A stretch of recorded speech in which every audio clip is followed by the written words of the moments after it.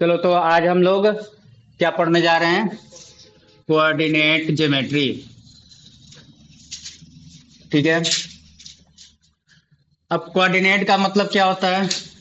Position. क्या होता है? पोजीशन बोल लो, लोकेशन बोल लो। ये सब क्या मतलब होता है? कोऑर्डिनेट उसे बोलते हैं। समझ में आ गया? और ज्योमेट्री मतलब क्या होता है कि उसका हम देखते हैं ना कि जैसे बहुत सारे फिगर्स हैं, ठीक है, या स्ट्रक्चर्स हैं, 2D 3D जो भी है, जैसे सर्कल ट्रायंगल ये सब जो है, ठीक है।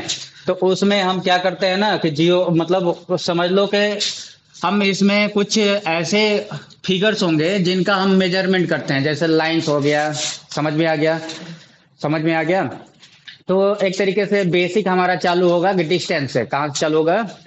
डिस्टेंस है तो उसका मेजरमेंट चालू होगा। तो मानते हैं कि ज्योमेट्री मतलब ये तुम्हारा लाइंस, ठीक है, या फिर बोल लो कि कोई भी पॉलीगन्स, ठीक है, ये सब 2D फिगर हो गए। 3D फिगर भी हम मेजर करते हैं इन्हीं सभी चीजों से। ठीक है, जैसे अर्थ है तो अर्थ पे हम देखते हैं ना, पृथ्वी है तो लोकेशन देखते हैं एक लैटिट्यूड से। ये सब लैटिट्यूड होती है, बोलो। और ये जो सीधा सीधा आता है वो सब क्या होता है? अल्ट। हाँ मतलब बोल लो उसको अल्टीट्यूड या फिर लॉन्गिट्यूड। समझ में आ गया? तो हर एक जगह का मतलब जहां भी, जैसे भारत है, भारत में हम जहाँ पे हैं तो उसका भी एक क्या होगा? पोजीशन होगा, कोऑर्डिनेट होगा। क्या होगा? कोऑर्डिनेट होगा। तो मतलब हम ये पोजीशन बताने के लिए ये सब मेजरमेंट सीखेंगे, ठीक है, कि कौन कितना दूरी पे है, क्या नहीं है, ये सब जानने जा रहे हैं। चलिए, तो नाम समझ में आ गया तो आगे काम करते हैं। देखिए कैसे करेंगे इनका मेजरमेंट। तो पहले अभी तो अब आपके सिलेबस में 2D फिगर्स हैं। तो 2D को हम बोलते हैं प्लेन। क्या बोलते हैं? प्लेन। जैसे तुम लोग का पेज हो गया कॉपी का, वो उसमें एक लेंथ होगा और एक क्या होगा? ब्रेथ होगा, ऐसे। तो हमें दो चीजों की जरूरत पड़ती है। जैसे बोर्ड भी देख लो, बोर्ड पे एक लेंथ और एक ब्रेथ बन रहा है ना। मतलब दो डायमेंशन की जरूरत पड़ती है। दो डायमेंशन मतलब दो मेजरमेंट वैल्यू, ठीक है। तो यहाँ पे हम इनको एक्सिस बोलते हैं। क्या बोलते हैं? इन रेफरेंस लाइन को हम एक्सिस बोलते हैं। तो हमें दो एक्सिस की जरूरत पड़ती है। तो एक हो गया एक्स एक्सिस और एक हो गया वाई एक्सिस। समझ में आ गया? और जहां पे ये मान लो कि इंटरसेक्ट कर रहे हैं, उसको मान लेते हैं कि यहीं से शुरुआत हम करेंगे सभी चीज का मेजरमेंट का। तो इसको हम ओरिजिन मान लेते हैं। क्या मानते हैं? ओरिजिन। ठीक है। अब यहां से जो भी डिस्टेंस हम मान लो कि कोई एक पॉइंट है इस पेज पे या फिर ये बोर्ड पे, ये पॉइंट है पी। अगर हमें इसका लोकेशन देखना है तो ओरिजिन को तो हमने जीरो और जीरो मान लेते हैं। एक्स भी जीरो होगा और वाई भी जीरो से शुरुआत, ठीक है। तो इस पॉइंट का हमें देखना है कि पोजीशन क्या है। तो पहले तो अगर यहाँ तक जाना है तो हमारे पास दो ही है रास्ते। एक तो या तो हम ऐसे हॉरिजॉन्टल सीधे सीधे जा सकते हैं या फिर वर्टिकल, ठीक है। तो जब हम हॉरिजॉन्टल जाएंगे तो देखो तो कितना दूरी तय करना होगा, इतना क्या। तो इसको बोलते हैं कि ये मानते हैं एक्स डिस्टेंस है। कितना डिस्टेंस है? एक्स। और अगर फिर हम वाई की तरफ ऐसे जाएंगे यहाँ पे, तो आपको नहीं लग रहा ये डिस्टेंस इतना होगा, ये वाला। तो इसको y मान लो डिस्टेंस। क्या मान लो? y। तो इसका अगर हमें पोजीशन बताना है तो हम क्या बोलेंगे कि x में इतना, जैसे कि ये मानते हैं कि ये यहाँ तक 5 होगा तो 5 मीटर तक चल लेंगे, ठीक है। और y में मान लेते हैं कि ये यहाँ से लेकर यहाँ तक 10 होगा, ठीक है। तो 10 मीटर तक चल लेंगे y। ठीक है। तो पहले हम ऐसा स्टैंडर्ड मान रखा है, जैसे y को भी पहले लिख सकते थे x को भी, लेकिन एक अब लिखने का तरीका हमने पूरे विश्व में एक कर दिया है, ऐसा ही, ठीक है, इंटरनेशनल लेवल पे, ठीक है। स्टैंडर्ड एक यूनिट मतलब हमने चूज किया है। तो उसमें हम क्या करते हैं ना, पहले x को लिखते हैं फिर y के पोजीशन को लिखते हैं, ठीक है। और इन्हीं को बुलाता है कोऑर्डिनेट। क्या बुलाता है? कोऑर्डिनेट मतलब पोजीशन। कोऑर्डिनेट मतलब पोजीशन। अब इस पोजीशन में देखो, ये जो एक्स हमें जो लोकेशन बता रहा है, मतलब दो चीजें है ना यहाँ पे, ठीक है। एक एक्स है और एक वाई का दूरी है। एक्स पे कितना दूरी है एक्स एक्सिस से, और वाई से कितना दूरी। तो एक्स वाले डिस्टेंस को हम बोलते हैं एब्सिसा। क्या बोलते हैं? और वाई वाले को ऑर्डिनेट। एब्सिसा और ऑर्डिनेट स्पेलिंग चेक कर लेना, लेकिन ध्यान रखो कि इसको हम एब्सिसा बोलेंगे और इसको ऑर्डिनेट बोलेंगे। अब कोई बच्चा भूल जाता है कि एब्सिसा किसे बोलते हैं, ऑर्डिनेट किसे बोलते हैं, तो देखो एबीसीडी में एक्स पहले आता है उसके बाद वाई, ऐसे ही ए पहले आएगा उसके बाद ओ आएगा। ठीक है, तो ए वाले से एक्स हो गया, ओ वाले से वाई हो गया, तो एब्सिसा को एक्स और ऑर्डिनेट को वाई। इन्हीं दोनों के लोकेशन को मतलब पोजीशन को हम क्या बोल देते हैं, कोऑर्डिनेट नाम देते हैं। क्या नाम देते हैं, कोऑर्डिनेट। ये बेसिक था, ये क्या था, बेसिक। चलो तो अब हमें अगर मान लो कि दो कोई पॉइंट है इस लोग मतलब इस अच्छा इस प्लेन को क्या बोलेंगे, कार्टेजियन प्लेन। क्या बोल देंगे, हाँ 2D प्लेन को हम एक नाम देते हैं कार्टेजियन प्लेन। एक नाम है बस, पूछेगा नहीं उतना। ठीक है, ये क्या है, कार्टेजियन प्लेन। तो इस पे हम कोऑर्डिनेट्स बताते हैं, कौन से कितने डायमेंशन में, तो 2 डायमेंशन में। 3D होगा तो देखो आगे की तरफ एक और आ जाएगा। ठीक है, मतलब यहाँ पे एक और एक्सिस डाल देना आगे की तरफ और बोर्ड के अंदर की तरफ। ठीक है, तो अभी 3D का बात नहीं, 2D का बात करते हैं, अभी 10 क्लास में है। चलिए, तो ये हो गया, तो अब इसको मैं मिटाता हूँ, मिटा दूँ। ठीक है, और इस पे हम बात करते हैं डिस्टेंस का। अगर हमें दो पॉइंट के बीच का डिस्टेंस अगर निकालना होगा, क्या करना होगा, डिस्टेंस।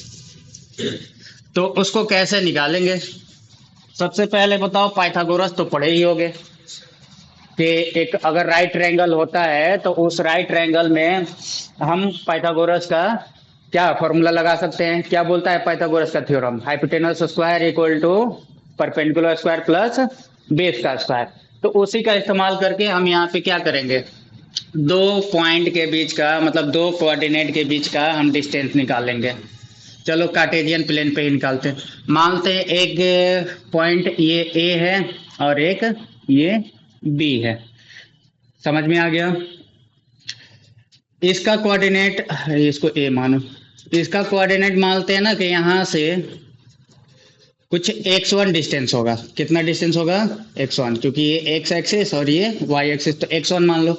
यहाँ से कितना होगा, तो y1 मान लो। क्या मान लो, तो पहला पॉइंट x1 y1 ये कोऑर्डिनेट हुआ। ठीक है, दूसरा इसको मान लो कि इसका x2 और y2 कुछ तो होगा कोऑर्डिनेट, नंबर भी नंबर दिया जाएगा, अभी वेरिएबल में हम पढ़ रहे हैं, हो सकता है 5 2 ऐसे कुछ दिया रहा है, ये 7 कुछ तो दिया रहेगा। ठीक है, नंबर तो पहले वेरिएबल पढ़ लीजिए। अच्छा ये कितना डिस्टेंस होगा यहाँ तक, तो यहाँ से लेकर ये इस पॉइंट तक होगा x2 लिख रखा है ना, और ये वाला y2। ठीक है, अब इन दोनों पॉइंट के बीच का हमें डिस्टेंस चाहिए, तो डिस्टेंस सीधा सीधा हमें लेना है। ठीक है, स्ट्रेट लाइन में। ठीक है, अब इन दोनों के बीच का डिस्टेंस चाहिए, तो अभी तो ये लाइन दिख रहा है, पता नहीं चल पा रहा है कैसे निकालेंगे। तो एक काम करो कि क्या करो कि ये वाले लाइन को एकदम सीधे सीधे एकदम कंटिन्यू कर लो।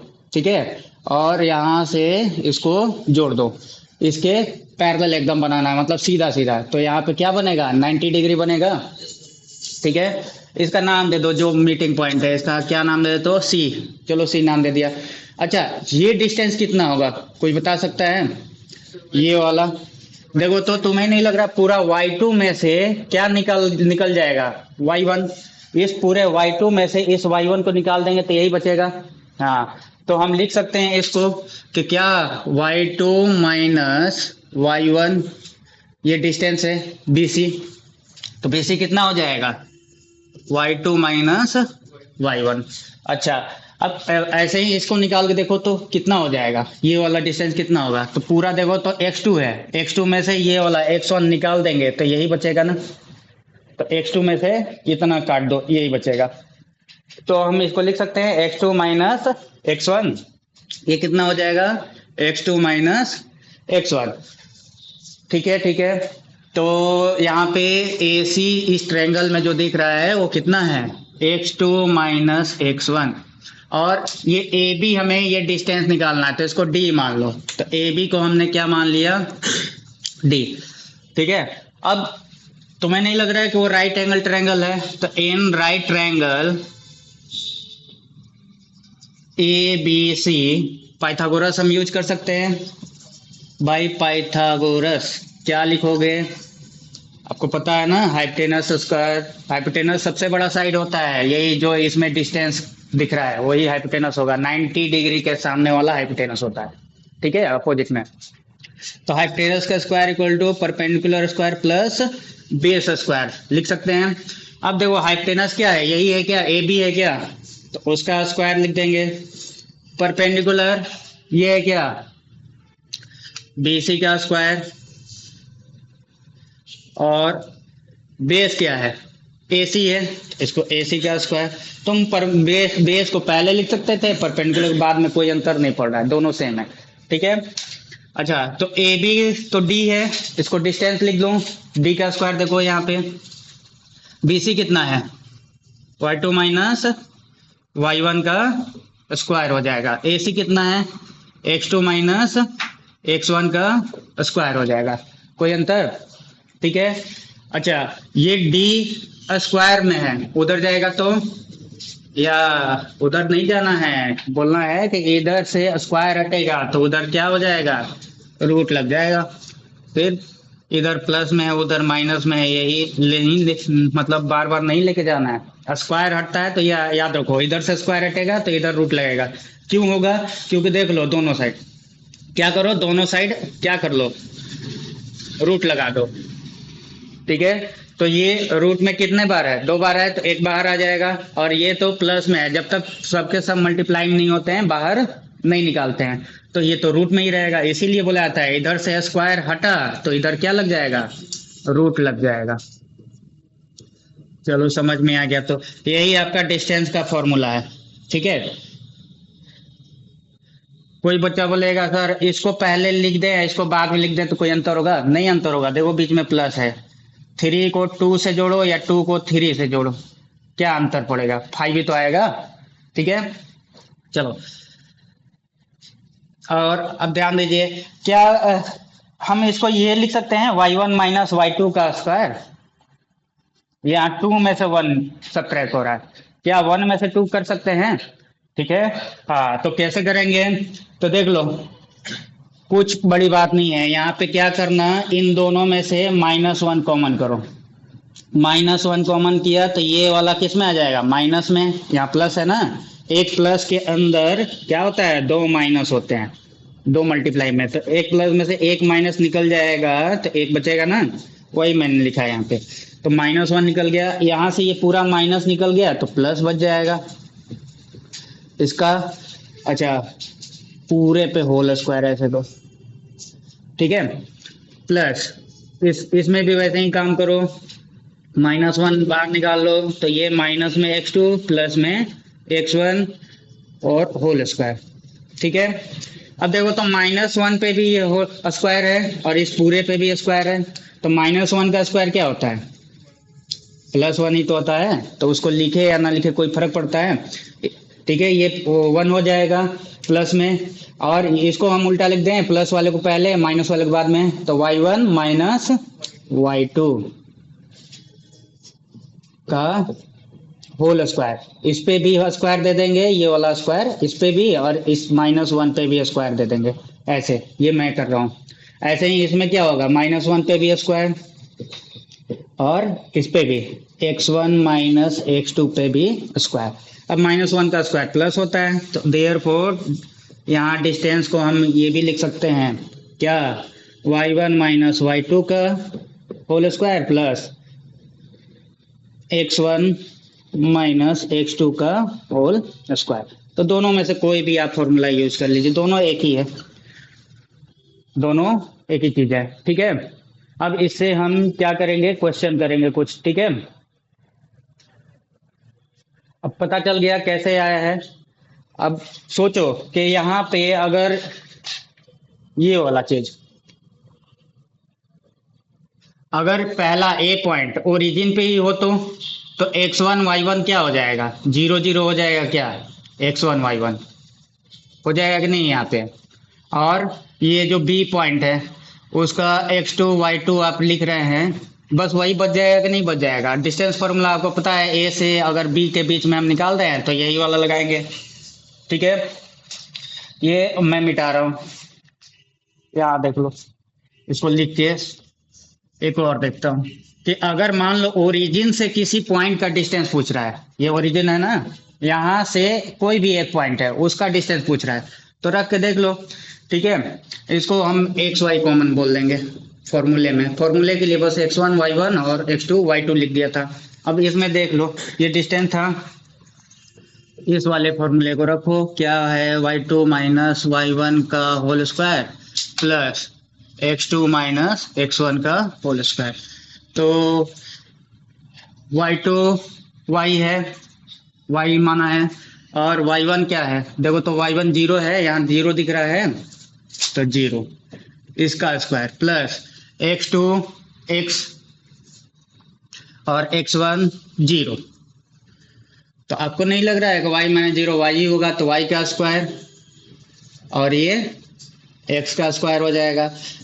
तो अगर सिंपल हमें क्या चाहिए, सिर्फ ओरिजिन से हमें किसी एक पॉइंट के बीच का डिस्टेंस चाहिए, तो डायरेक्ट आप ये दोनों कोऑर्डिनेट का स्क्वायर करके रूट लगा दीजिएगा। ठीक है, ये डिस्टेंस होगा। समझ में आ गया? तो ये आपके फॉर्मूले कहाँ से आए हैं वो मैंने बताया। ठीक है, डिस्टेंस फॉर्मूला, इन्हें वो डिस्टेंस फॉर्मूला बोला जाता है। डिस्टेंस फॉर्मूला ये भी, लेकिन ये ओरिजिन से है और ये कहीं दो पॉइंट के बीच का दूरी है, जब ओरिजिन से नहीं है तो। ठीक है, इजी है। चलिए अब क्वेश्चन करते हैं।